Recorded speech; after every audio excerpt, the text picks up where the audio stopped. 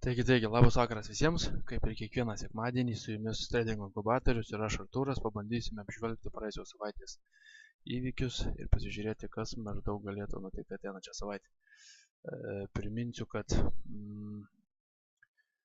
baigėsi mėnesis, kaip tik su penktadieniu, ir ateinančią savaitę bus pakankamai nemažai naujienų, todėl rekomenduočiau geriau jūsų laukti ir tik po to daryti kažkokius sprendimus, nes dažnai būna, kad pradžioj mėnesio pažeria daug naujienų ir būna daug netikėtumų. Tada visos strategijos, visi sugalvoti planai iš tikrųjų sudūžta ir būna negerai. Pradėsiu nuo Australų USD. Čia kaip ir praeitą savaitę minėjau, yra ta pati mėlyna zona mano pažymėta. Matom, kad nuo jos vėl gražiai atšoko ir kaina vėl kažkur tai koreguojasi tolyn. Nepadarydama jokio aiškaus judesio į vieną arba į kitą pusę. Tai įsivaizduoju, kad šioj poroj ir toliau reikėtų atokiau nuo jos laikytis, tiesiog laukt kol kaina prasimuš kažkur arba tai į apačią, arba tai į viršų. Aš vis tik tais būčiau linkęs galvoti, kad kaina mušis į apačią, nes turim bet kokiu atveju krentantį trendą. Čia galbūt būtų galima įskaityti vėliau kaip korekcinę bangą ir toliau važiuotume žemyn. Aišku, kad taip daryti reikėtų pirmiausia, sakau, sulaukti kažkokių tai signalų, kurie jau rodys aiškesnę kryptį šios poros. Euras ir USD ir toliau lieka toj pačioj 1.300 zonoj ir 1.250 zonoj. Bet kokiu atveju šita vieta suveikia tvarkingai, čia viskas. Minėjau prieš tai dar, kad kaina greičiausiai važiuos į apačią, tas ir nutiko. Aišku, truputėlį gaila, kad penktadieniniai žvakiai užsidarė vis tik aukščiau to 1.250 lygio.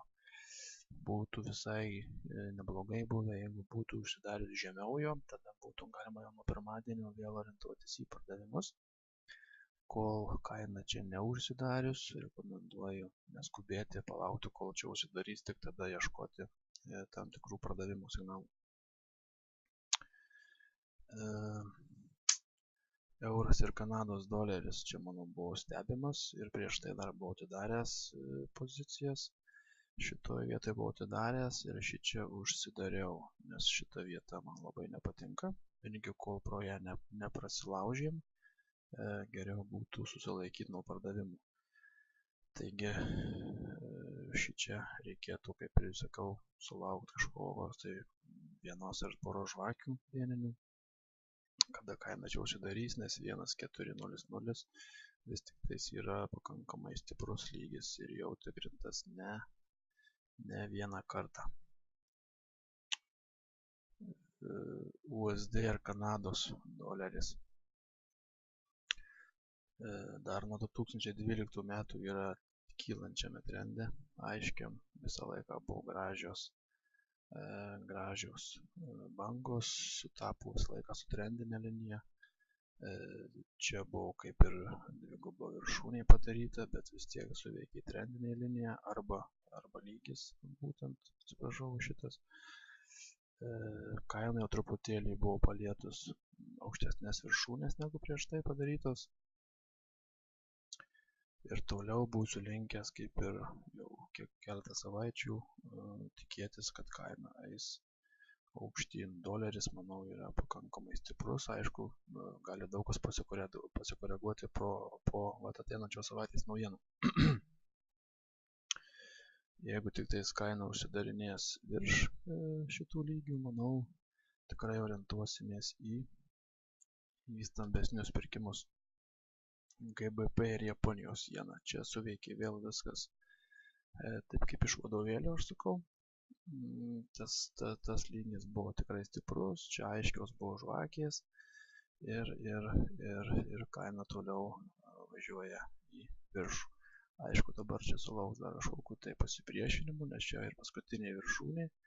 Vėlgi, tik tais pasidarius aukščiausios viršūnės būtų kažką tai galima orientuotis. Na, galbūt darys gilesnės korekcijas. Aišku, gali paaišyti ir dvigubą viršūnę. Taigi, bet kokiu atveju reikėtų sulaukti kažkokių tai lygių stipresnių pramuštųjų, tai tada orientuotis į pirkimus. Vienas toksai variantas su Naujosios Zelandijos doleriu ir su USD doleriu. 4 valandose čia buvo galima išvelgti tam tikrus dalykus. Mes čia nusižengėm truputėlį mūsų taisyklį penktadienį ir atidarėm pozicijas būtent pardavimo. Aišku, pabandysiu paaiškinti, aš kaip visą laiką sakau, padarius kažkokį tai sandorį, reikėtų bent 2-3 priežasčių, kad būtų galima jį pateisinti, kodėl daroma pozicija į vieną arba į kitą pusę. Tai šiuo atveju pardavimai buvo mūsų padaryti remiantis visų pirma tai ilgalaikių trendų žemyn. Šitą vietą aš bandau užfiksuoti kaip tik tais korekcinę bangą, kuri galbūt padarys kažkokį tai vėliavėlę, tarkim, ir toliau važiuos į apačią. Vėlgi, dieniniam grafike atrodo, kad čia šitas lygis yra pakankamai stiprus. Bet dar sugrįžkim prie 4 valandų grafiko. Tokios vietos, tarkim, kaip šita,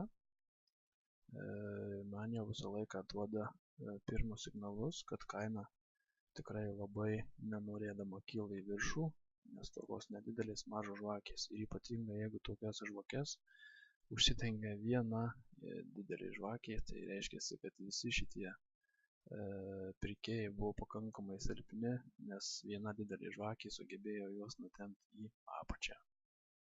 Tai matom, kad čia buvo susidaręs, galima sakyti, toksai pleištas. Tai būtų trečias signalas, nepasiekta prieš tai buvusi viršūnė yra 4 signalas ir vėl formuoja kitą viršūnę, žemesnę vėl. Tai tų signalų yra pakankamai daug dėl pardavimų. Pagrindinis ir esminis dalykas, jeigu kas nors neįžiūrėjot, tai norėčiau parodyti jums, tie, kas supranta, kas yra daugiau dirbę su techninė analizė, žino, kad tiek teoriškai, tiek praktiškai būtent šitą formuotį, kurią tuoj parodysiu. Pažiūrėkit, kaip yra gražu. Imam čia paskutinį tašką ir čia vėlgi galima užfiksuoti dieniniam kylantį trikampį, ne trikampį, o kylantį pleištą, kuris buvo su didelė jėga pramuštas. Dabar atkreipkite dėmesį 1, 2, 3 ir toliau važiuojame apačią. Tai vadinama bulių trejetu. Jeigu prieš tai buvo raudona, 3 mažos žvakės arba kartais būna 4 mažos žvakės ir vėl viena didelė raudona uždarius viską, tai reiškia trendo testinumą. Trendas šiuo atveju yra iš viršaus į apačią, taigi būtent po tos žvakės buvo galima bandyti atidarinėti short pozicijas. Aišku, vietos judėti turi minimum iki 0,700. 0,7700 stop lossai pas mane yra čia ir pirmi take profitai galbūt bus arba čia, arba čia. Tai čia sudarys apie kokius 200 panašiai punktų. Tai čia tas toksai variantas buvo, kai nusižengėm savo taisyklėm, penktadieniais neprekiaut, bet būna kartais tokios išimtys, kai pamatai tikrai, galim sakyti, idealias vietas. Idealias vietas pamatai ir tada galima iš tikrųjų su nedidelė rizika tiesiog atidaryti sandorius į tą pusę, į kurią kainą nori judėti. Čia tų signalų pardavimų, tai buvo čia jau tikrai signalas, čia patvirtintas vėl, jisai sutampa su ta pačia ta linija. Čia išsiparduota, iš karto gaunasi ta pati formuotė žvakių ir šitą žvakį, matom, penktadienį užsidarė raudonai. Ar būtų galima dėmesį į savaitinės žvakes, pasižiūrėkit. Vėl gražiai susiformavo antra taisyklė. Tai čia buvo žalia žvakė viena, tai čia yra 1, 2 ir 3. Tai yra žemėjančia tvarka.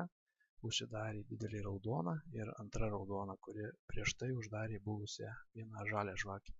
Tai vėlgi 1, 2, 3 formuoti gaunasi 1, 2, 3. Kaip ir viršūnė šio meto ir jos apsisukimas. Paskutinis variantas pas mus yra turbūt USD ir Japonijos jena.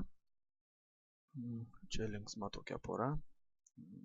Sugrįžo tas kelias dienas ir pasitikrino prieš tai buvusią viršūnę, kuri buvo sutapus su 1,0500.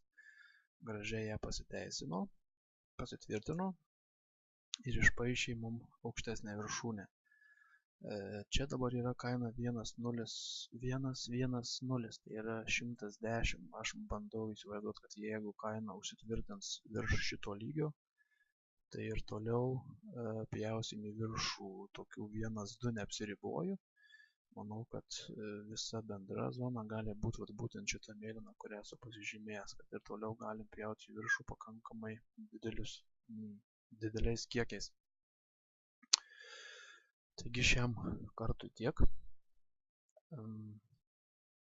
Tikiuosi, kas nors pasiims naudingos informacijos. Priminsiu, kad tai nebuvo rekomendacija pirkti arba parduoti, tai yra tiesiog mano asmeninė nuomonė. Ir tiek. Būtinai visą laiką prieš atidarydami pozicijas pasverkit ne tai, kiek galite uždirbti, bet kiek galite prarasti.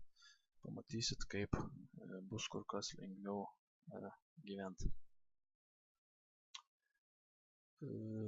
Jeigu kas nors yra norinčių žmonių prisijungti prie mūsų, visada kviečiam, turim dar porą laisvų vietų, galima kartu prekiauti, taip toliau ir panašiai.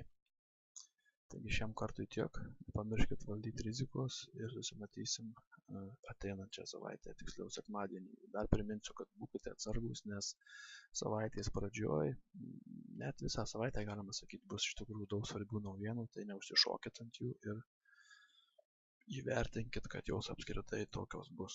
Kol kas iki.